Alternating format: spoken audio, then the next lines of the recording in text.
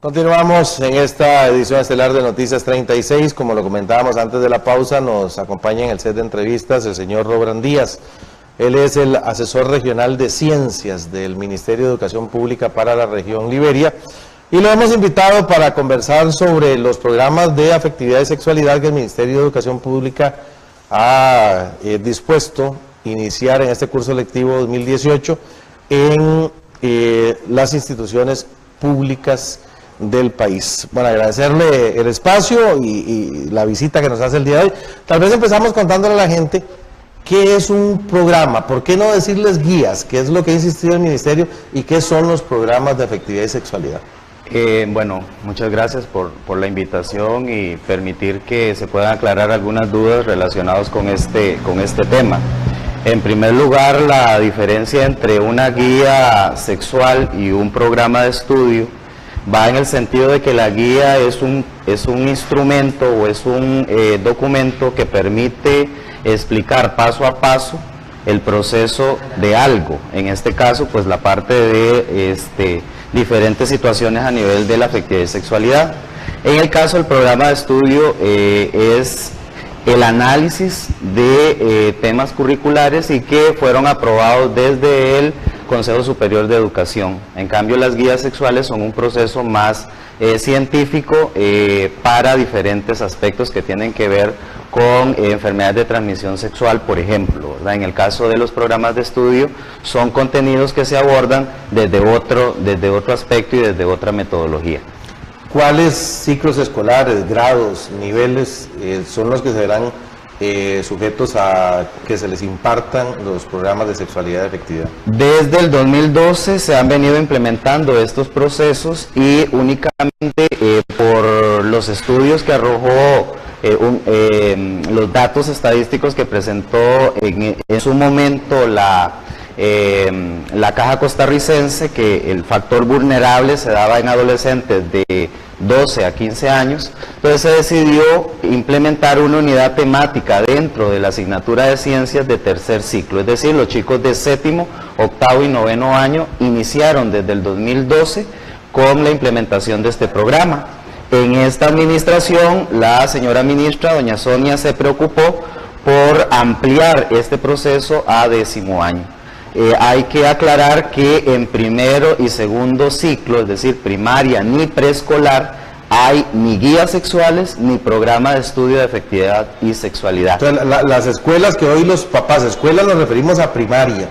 Las primarias que hoy los padres de familia impidieron que se abrieran los portones no tenían ninguna razón de ser porque no son para primaria. Es correcto, no tenían ninguna razón de ser porque el programa de estudio no contempla temas específicamente de afectividad y sexualidad. Si hay algunos contenidos curriculares que abordan la parte biológica, pero eso ha venido desde los años 90 con los programas que en su momento fueron aprobados. Entonces no tiene, digamos, una situación de negatividad para los niños ni de preescolar, ni de primero, ni de segundo ciclo.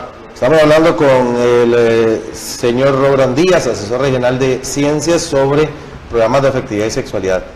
¿Es afectividad y sexualidad una materia de la malla curricular de las instituciones de secundaria? En el caso de tercer ciclo no, forma parte de la asignatura de ciencias. Y se toma una lección de las 5 en ciencias. En tercer ciclo se abordan 5 lecciones. La 5ª lección es para el abordaje de la unidad de afectividad y sexualidad, pero no forma parte directamente de la malla curricular. En el caso de 10º año sí forma parte de una asignatura, pero aquí lo importante es que el estudiante va a aclarar ciertas situaciones relacionadas con la afectividad y la sexualidad, no solo la sexualidad, pero es de manera formativa, no tiene un valor numérico dentro de la nota. De ahí que se le da el espacio al padre de familia en tercer ciclo y diversificado de, si no desea que su hijo la reciba, puede hacer una carta justificando el por qué no va a recibir la clase. ¿Cualquier razón es válida? Cualquier razón es válida. O sea, porque al decirme usted que lo justifique, si esa justificación no convence, aún así el estudiante es eximido de recibir las... Es correcto. Si el padre de familia argumenta situaciones o no argumenta con solamente que emita la carta, ya hay una autorización de por medio de que el estudiante que puede estar en séptimo, octavo, noveno o décimo, no reciba la lección de afectividad y sexualidad. ¿Qué hay de cierto que algunos de los modelos que se tomaron en el Ministerio de Educación Pública para emitir estos programas de educación en la afectividad y en sexualidad hayan sido tomados de algunos modelos que han sido cuestionados en el mundo? Incluso hay una información en redes sociales que uno de los proponentes está siendo enjuiciado en algún país por pedófilo, y tanta información que nos está llegando. ¿Qué podemos verificar o desmentir de esas informaciones? Esa información que se analiza en las redes sociales hay que desmentirla, eso no es verdad. El programa de afectividad y sexualidad fue elaborado por especialistas curriculares, asesores nacionales, asesores regionales. Se hizo una consultoría también de un especialista en sexualidad y en pedagogía, y basado en eso fue que se empezó a formar las unidades o los subtemas que se iban a desarrollar en el programa. Pero entonces no tenemos un factor internacional directamente, como se habla en las redes sociales, que vino a formar este programa de estudio.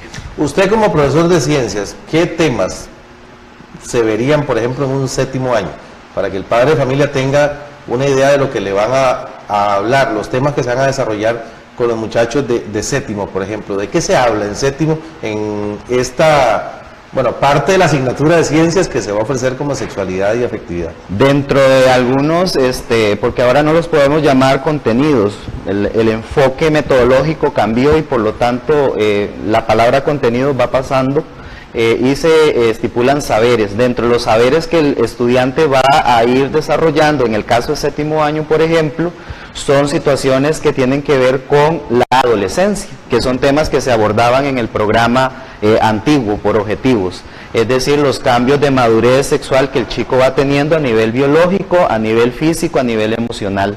También se abordan temas como los derechos humanos y aspectos que tienen que ver con situaciones vulnerables, con algunos factores de riesgo, como el alcoholismo, la drogadicción, embarazos riesgosos. Son temas de ese tipo los que se abordan, pero no se abordan otros como se piensa en la cotidianidad, que es el uso de los anticonceptivos y demás, ¿verdad? Esos temas no se abordan directamente. No se habla ni se llevan preservativos a la clase para mostrarlos y para...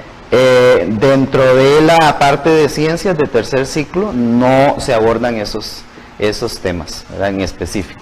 La Conferencia Episcopal de Costa Rica y la Alianza Evangélica Nacional han dicho que es darle publicidad a las relaciones sexuales entre jóvenes, que lo que deberíamos fomentar es abstinencia y castidad hasta que el organismo esté desarrollado y maduro para enfrentar la etapa sexualidad. Es porque estamos entendiendo mal la palabra sexualidad con genitalidad o con encuentros coitales. ¿Lo estamos entendiendo mal? Sí, de hecho, digamos, dentro de la dinámica de trabajo con los estudiantes se aclara ese concepto de sexualidad, porque la sexualidad es un concepto muy amplio, generalmente, y nosotros como personas, digamos, creadas en otros momentos de estos tiempos, nos enseñaban o nos relacionaban la sexualidad con la parte de la genitalidad. La sexualidad involucra otros aspectos, como es el deseo por superarse, por tener amigos, por disfrutar de la vida, por disfrutar de un deporte específico, ¿verdad? Va más allá de lo que a veces uno piensa o relaciona sexualidad con la parte genital y coital, ¿verdad? Entonces hay que, en el proceso de educación, el joven va a ir aclarando ese concepto de sexualidad para que se entienda como un proceso integral. Nos preguntan en redes sociales si es parte de la materia de ciencias y el estudiante no va a estar presente durante las lecciones. ¿Qué sucede con ellos dicen la nota, ¿verdad?, con el promedio académico, con la calificación numérica evaluativa de ese estudiante? A raíz de este proceso, como es meramente formativo, no va a tener ningún problema porque es formativo. En este caso, en la quinta lección de ciencias que se va a abordar con el profesor de la materia de ciencias. Únicamente él va a evaluar formativamente lo que son el trabajo cotidiano y ahora con la modificación del nuevo reglamento de evaluación lo que son tareas. Pero se le puede dejar tareas al estudiante relacionadas con algunas temáticas, pero no se evalúan sumativamente. Él las va a hacer o se van a evaluar de manera formativa. Entonces no va a tener una implicación directa en la nota de ciencias. Dentro de estos saberes, señoras de ciencias, dentro de estos saberes existe la identidad y el enfoque de género que tanto se ha cuestionado, y si existe, ¿cómo se aborda? Esos conceptos directamente no se abordan, ¿verdad? Porque no es un nivel. Además hay una tendencia hacia algunas ideologías que tienen que ver con esos temas que nosotros no los abordamos dentro de las clases. Eso no viene dentro de la propuesta curricular de estos programas de estudio, ni de tercer ciclo ni de diversificado para 10º año. Supongo que no saben ustedes de dónde salió esta idea de que una persona pues puede escoger ahora libremente su identidad, cómo se siente, cómo se percibe y todo lo demás. Eso, ¿de dónde pudo haber salido? ¿Qué mala interpretación le pudimos haber dado? Los programas están disponibles para los padres, se pueden conocer para que ellos corroboren que identidad de género y orientación de género no está dentro de los saberes. Correcto, pueden visitar la página del Ministerio de Educación Pública. Hay una parte de la página que habla o que tiene un icono de estudiantes. Ahí se desprenden programas de estudio, se buscan los programas. De hecho, en la mañana yo observé que en la página habilitaron un link directamente para llevarlos a los programas en sí, para que se aclaren esas dudas, pero no sabemos realmente de dónde salieron esos conceptos directamente, porque en el programa de estudio nosotros no lo abordamos. Ahora con la tecnología los muchachos tienen acceso a todo. Cuando decimos todo, es todo. Usted con un teléfono, con internet, puede acceder a cualquier tipo de página y a cualquier tipo de información. ¿Qué sucede si un joven, luego de que recibe un mensaje por redes sociales, luego de observar un video, de observar fotografías en sitios no apropiados para menores, dentro de la lección hace una pregunta que tenga que ver directamente con relaciones coitales, por ejemplo, una duda que le haya surgido por información que le llegó de afuera? ¿Cómo lo aborda el docente? La idea con estos programas es que el joven se pueda empoderar directamente de la información científica, ¿verdad? Y de hecho a los docentes se les ha dicho que la información que ellos van a brindarle al estudiante va a ser meramente científica. No podemos abordar situaciones que aparecen, por ejemplo, en Wikipedia o en situaciones o en páginas que no son tan fiables. ¿Para qué? Para que el joven se pueda empoderar de esa información científica y pueda tomar decisiones acertadas. Entonces, en ese caso, pues habría que analizar las fuentes, de dónde se obtuvo, y desde ese punto de vista decirle al chico, bueno, esa información no es la más adecuada, ¿verdad? Tal vez es la incorrecta o la que no le da información propia para aclarar las dudas, ¿verdad?